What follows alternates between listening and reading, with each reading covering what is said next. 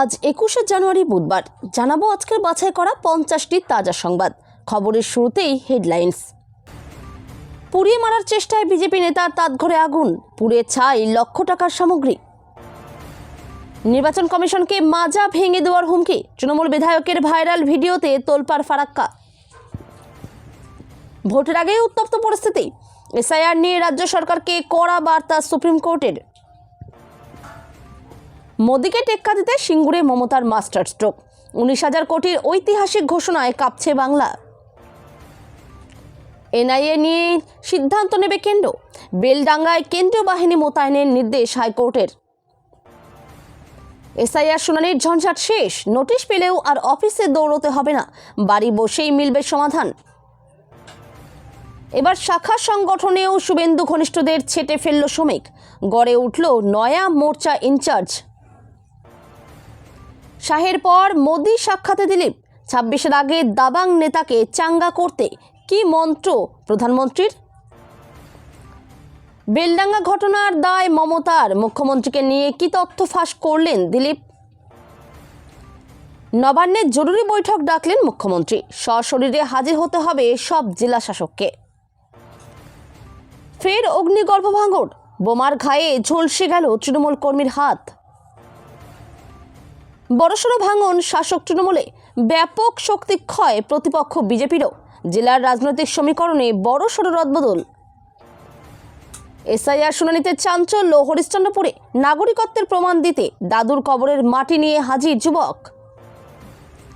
তৃণমূল আর মাত্র ৮৯ দিন, ভয়ঙ্কর তথ্য ফাঁস করলেন সুদীপ্ত গুহ।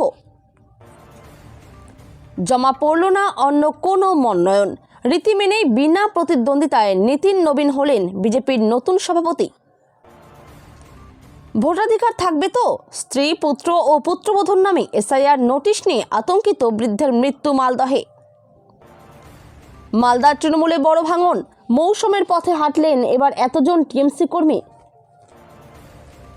ফর্ম 7 জমা নিয়ে বালুরঘাটে উত্তেজনা, এসডিও দপ্তরে তৃণমূলের বিক্ষোভ ও ডেপুটেশন। কেন্দ্রের সরকার বদলে যাবে, রাজ্যের তৃণমূল বদলাবে না বলে মন্তব্য পার্থ ভৌমিক ও শশী পাজার। বিজেপির ছক্কি এবার ভেস্তে গেল, ভোটার তালিকা নিয়ে অভিষেকের হুঙ্কারে তোলপাড় বাংলা। বর্তমান নিউজ।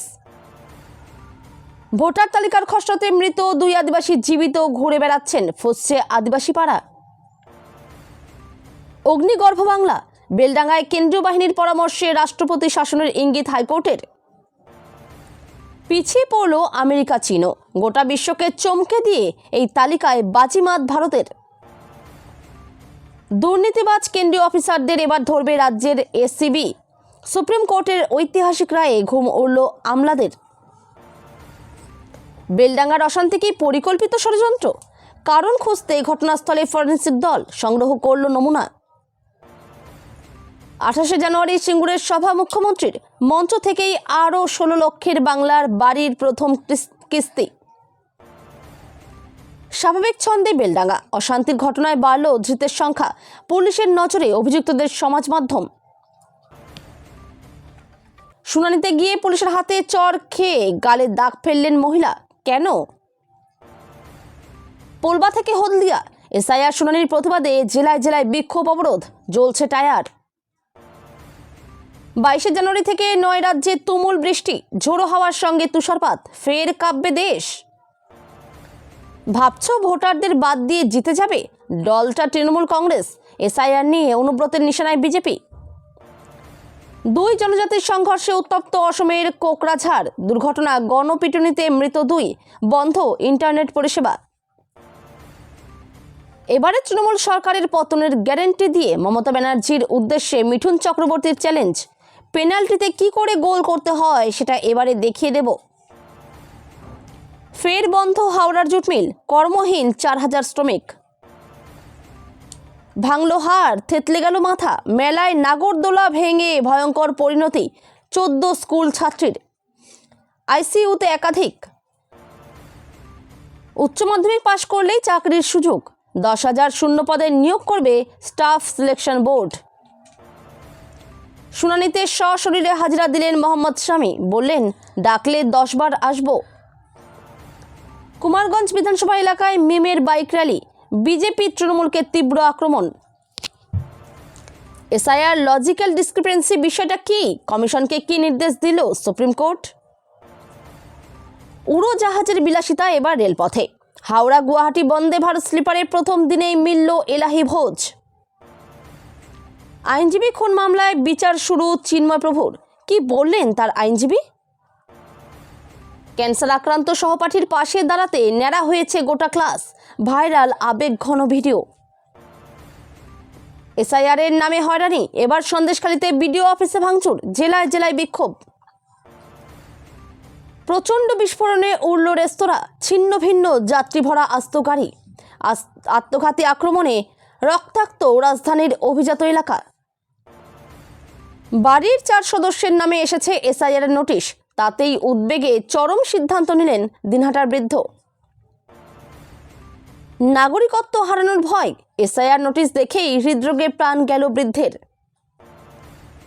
এমন হামলা করব যা স্বপ্নেও কল্পনা করেনি ইরান, খামেনেইকে চরম হুঁশিয়ারি দিলেন নেতানিয়াহু। পোস্ট অফিসের বাম্পার ধামাকা, মাত্র 4.5 লাখ রাখলে সুদ পাবেন 2 লাখের বেশি, টাকা দ্বিগুণ হওয়ার সুযোগ। প্রাথমিক শিক্ষক নিয়োগে পর্ষদের নতুন বিজ্ঞপ্তি, এবার বাংলা মাধ্যমের ইন্টারভিউ কবে? বেলডাঙ্গা কাণ্ডে নয়া মোড়, সিসিটিভি সোশ্যাল মিডিয়া সূত্রে গ্রেপ্তার আরও 5, পুলিশের ধরপাকড়। এতক্ষণ শুনছিলেন আপনারা সংবাদ শিরোনাম, এবার শুনবেন বিস্তারিত। নদিয়ার শান্তিপুর থানার গবারচর এলাকায় বিজেপি নেতা তাঁতঘরে আগুন ধরানোর ঘটনাকে কেন্দ্র করে উত্তেজনা ছড়ালো এলাকায়। আগুনে প্রায় 8 লক্ষ টাকার ক্ষয়ক্ষতি হয়েছে বলে প্রাথমিকভাবে অনুমান। ক্ষতিগ্রস্ত পবিত্র বিশ্বাস পেশায় একজন তাঁত ব্যবসায়ী, পাশাপাশি তিনি বেলঘরিয়া 2 নম্বর গ্রাম পঞ্চায়েতের বিরোধী দলনেতা। মঙ্গলবার ভোর রাতে কে বা কারা তার তাঁতঘরে আগুন লাগিয়ে দেয়। অভিযোগ, কয়েকদিন আগে তৃণমূল আশ্রিত দুষ্কৃতীরা তার বাড়িতে চড়াও হয়েছিল। সেই ঘটনার সূত্র ধরেই পেট্রোল ঢেলে পরিকল্পিতভাবে আগুন লাগানো হয়েছে বলে সন্দেহ প্রকাশ করেছেন পবিত্র বিশ্বাস ও তার পরিবারের সদস্যরা। ঘটনার খবর পেয়ে আজ দুপুরে ঘটনাস্থলে আসেন রানাঘাট লোকসভার সাংসদ জগন্নাথ সরকার। তিনি বলেন, বিজেপির কাজ দাঙ্গা বা আগুন লাগানো নয়, বিজেপি কোনো হুমকিতে ভয় পায় না। তবে একই সঙ্গে তিনি দাবি করেন, এই ঘটনার পিছনে শহর তৃণমূল কংগ্রেসের সভাপতি বৃন্দাবন প্রামাণিকের ভূমিকা রয়েছে এবং তাকে পুড়িয়ে মারার চেষ্টা করা হয়েছে বলেও অভিযোগ তোলেন। অন্যদিকে এই অভিযোগ সম্পূর্ণ অস্বীকার করেছেন বৃন্দাবন প্রামাণিক। তার বক্তব্য, এই ঘটনার সঙ্গে আমার বা তৃণমূল কংগ্রেসের কোনো যোগ নেই।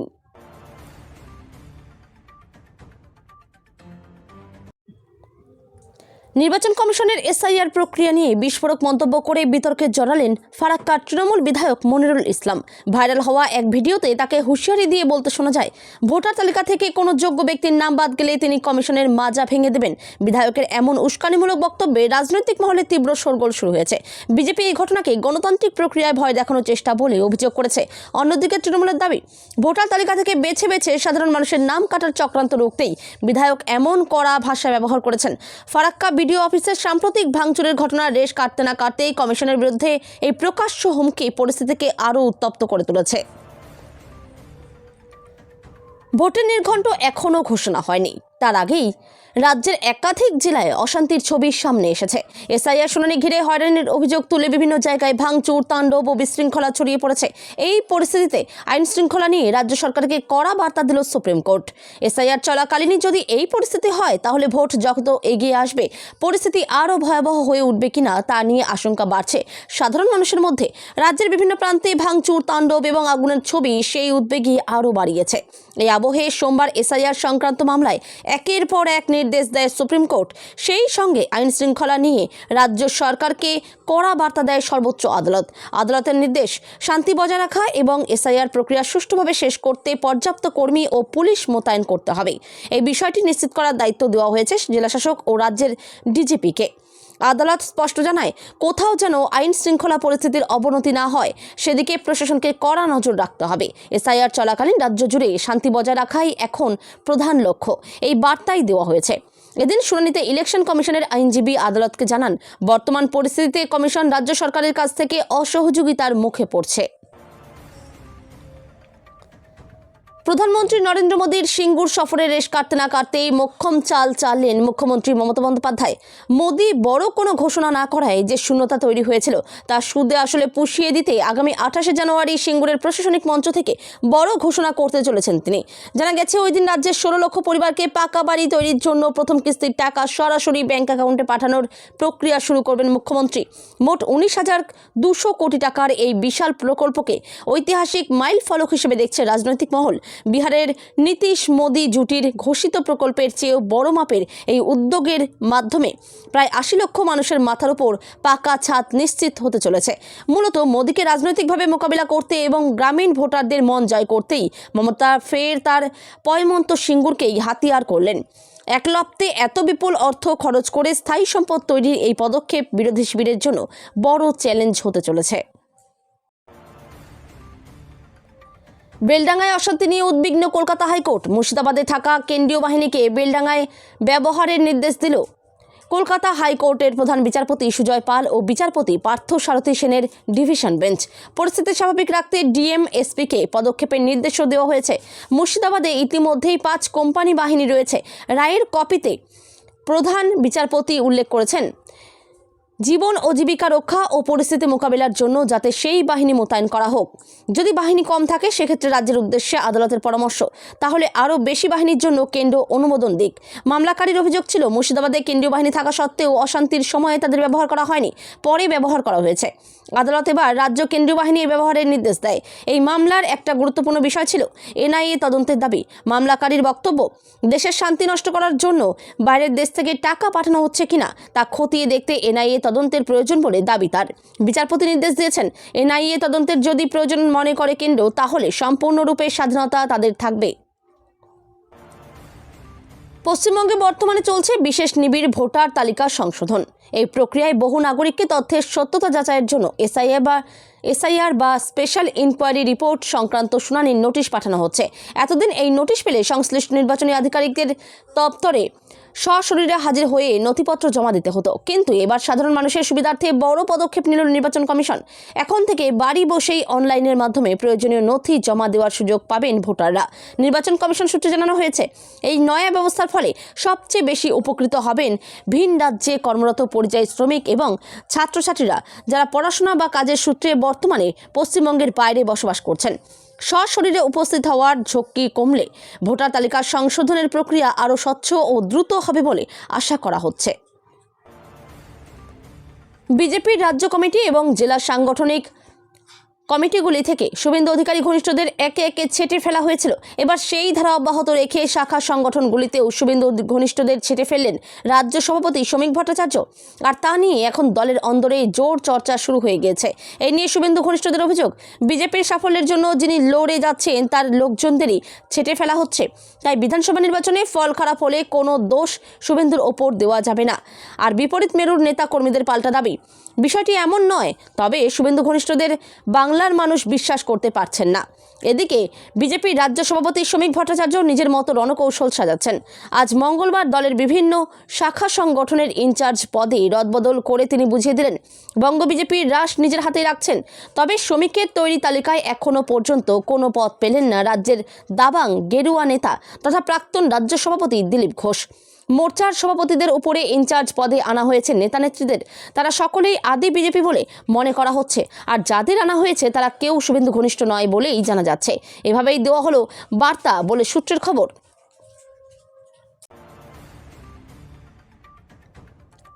মালদহ কিংবা সিঙ্গুরের সভায় দেখা যায়নি তাকে, জানিয়ে শুরু হয়েছে জল্পনা। কিন্তু তার মাঝেই দেখা গেল প্রধানমন্ত্রী নরেন্দ্র মোদী এবং দিলীপ ঘোষকে। শুধু তাই নয়, কথাও হলো কিছুক্ষণ, যা ঘিরে ফের চর্চা বিজেপির রাজনীতিতে। জানা যায়, সিঙ্গুরের সভা করে ফেরার পথে কলকাতা বিমানবন্দরে প্রধানমন্ত্রী নরেন্দ্র মোদীর সঙ্গে দেখা হয় বিজেপির প্রাক্তন রাজ্য সভাপতি দিলীপ ঘোষের। আর সেখানেই দিলীপের উদ্দেশ্যে মোদী জিজ্ঞাসা করলেন, কেমন আছেন, কিরকম সব চলছে। দিলীপও খোঁজ খবর নিলেন প্রধানমন্ত্রীর স্বাস্থ্যের। প্রধানমন্ত্রীকে দিলীপ জিজ্ঞেস করেন, আপনার শরীর কেমন আছে। বঙ্গ বিজেপির সভাপতি থাকাকালীন মোদীর সঙ্গে একাধিকবার সাক্ষাৎ হয়েছে দিলীপ ঘোষের, কিন্তু রাজ্য সভাপতির দায়িত্ব ছাড়ার পর সেভাবে আর প্রধানমন্ত্রীর সভায় দেখা যায়নি তাকে। এরপর আবার একাধিক বিষয় নিয়ে বঙ্গ বিজেপির সঙ্গে দূরত্ব তৈরি হওয়ায় মোদীর সভাতেও ডাকা হতো না দিলীপকে। কিন্তু সম্প্রতি অমিত শাহর ইচ্ছায় বিজেপিতে ফের প্রাসঙ্গিক হয়েছেন দিলীপ। শাহের সঙ্গে দীর্ঘ বৈঠকের পর দলের কর্মসূচিতে থাকছেন।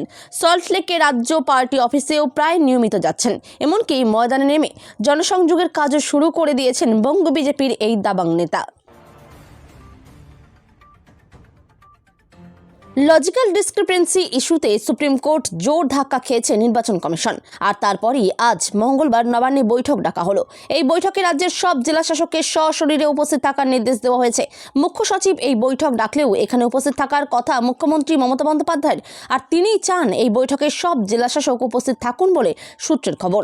এসআইআর নিয়ে এই বৈঠকে কথা হতে পারে বলে মনে করা হচ্ছে। একাধিক জেলায় এই ইস্যুতে নানা ধোঁয়াশা তৈরি হয়েছে, তাই সকল জেলাশাসককে ডেকে নবান্নের বৈঠক করার সঙ্গত কারণ রয়েছে। এদিকে সুপ্রিম কোর্ট রাজ্য সরকারকেও কয়েকটি নির্দেশ দিয়েছে। তার মধ্যে রয়েছে নির্বাচন কমিশনকে লোকবল দিয়ে সাহায্য করা এবং এসআইআর পর্বে আইন শৃঙ্খলা রক্ষা করা। এই দুটি বিষয় নিয়েও আজকের বৈঠকে কথা হবে বলে সূত্রের খবর।